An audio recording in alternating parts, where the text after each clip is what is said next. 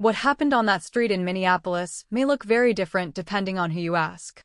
Federal officials say an agent fired in self-defense. But new video analysis raises a critical question. Did officers take a gun away from Alex Pretti before he was shot? According to a CNN review of multiple videos, a federal officer appears to remove a firearm from Pretti just moments before shots are fired. If that is accurate, it changes the timeline. It changes the risk assessment. And it raises serious questions about how this encounter escalated and why it ended the way it did. This case is still under investigation, and details may change as more information becomes available. But what the videos appear to show has already intensified scrutiny of federal officials and their account of what happened. If you're finding this breakdown helpful, kindly like the video and subscribe to the channel. We focus on clear, fact-based crime reporting without speculation. On January 24th, federal immigration agents were conducting an operation in a South Minneapolis neighborhood. According to authorities, the operation involved agents connected to immigration and customs enforcement and border patrol. The area was residential. Bystanders were present, and multiple people were recording what unfolded. Alex Pretti, a 37-year-old ICU nurse who worked at a Minneapolis VA hospital, became involved during the encounter. Video shows Pretti standing in the street, holding a cell phone in one hand, recording officers, and directing traffic with the other. At one point, Pretti can be heard yelling at an officer, telling them not to push people into traffic. According to videos reviewed by CNN, tensions escalated quickly. A federal agent is seen pushing a woman to the ground. Pretti moves between the agent and the woman. An agent then sprays Pretti with a chemical irritant. Pretti is dragged to his knees. Several additional agents rush in. What follows is a chaotic struggle in the street. At least 6 officers appear to be involved. Pretti is forced to the ground. He appears to resist as officers attempt to restrain him. One agent appears to repeatedly strike him while he is on the ground. Bystanders are shouting. Car horns can be heard. Whistles are blown. Phones are recording. According to the Department of Homeland Security, Pretti was armed. Officers can be heard shouting, "He's got a gun." But CNN's video analysis adds a crucial detail.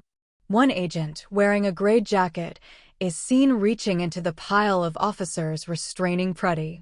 That agent retrieves a weapon that appears to match the firearm DHS says Pretti possessed.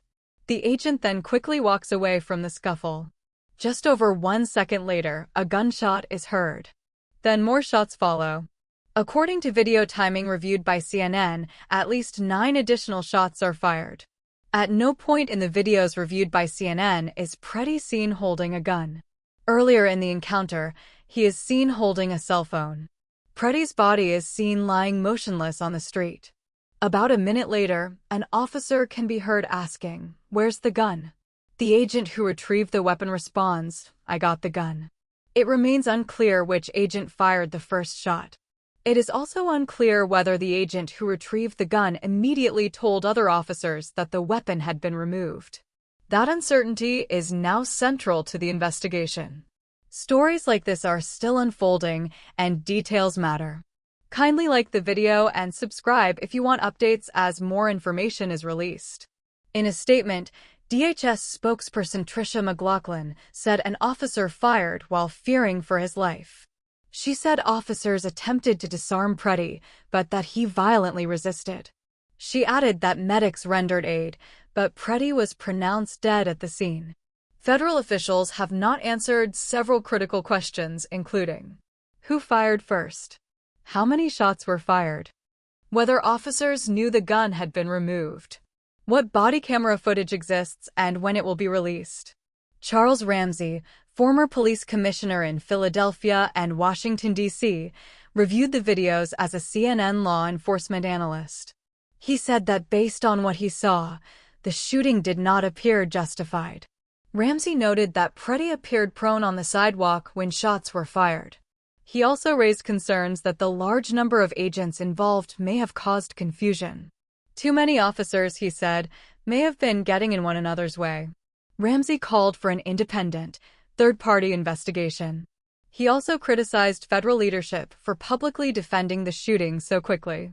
Once leadership publicly clears officers, Ramsey said, it becomes difficult to expect an objective investigation.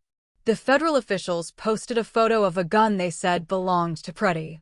The DHS spokesperson pointed to the presence of 2 magazines, claiming, without presenting evidence, that this suggested an intent to do maximum damage.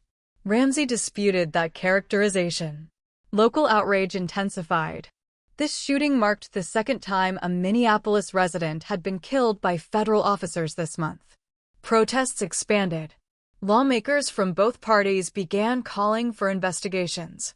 Federal and state officials entered a legal battle over access to evidence. Pretti's neighbor, Nathan Dwin, strongly rejected the Trump administration's labeling of Pretti as a domestic terrorist. Dwin described Pretti as a good person who helped others. He said the portrayal was brutally unfair.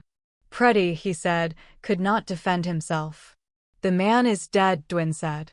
Let him have some dignity. If you've stayed with this report so far, I appreciate it.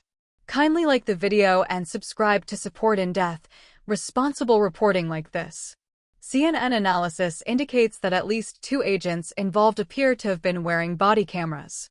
Federal officials have acknowledged collecting accounts and reviewing multiple videos, including potential body camera footage. But that footage has not yet been released publicly.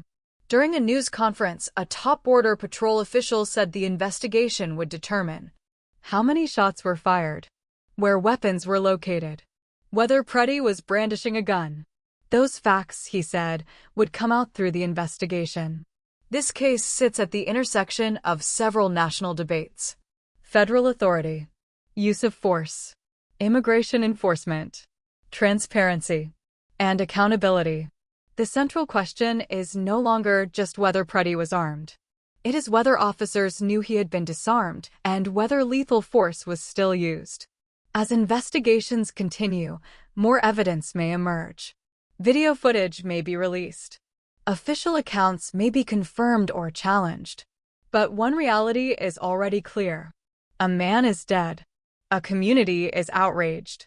And the gap between what officials say and what videos appear to show is now at the center of national attention. If you've made it this far, thank you for watching CrimeScope with Sam. Kindly like the video, subscribe to the channel, and let me know your thoughts in the comments. What questions do you think investigators need to answer first?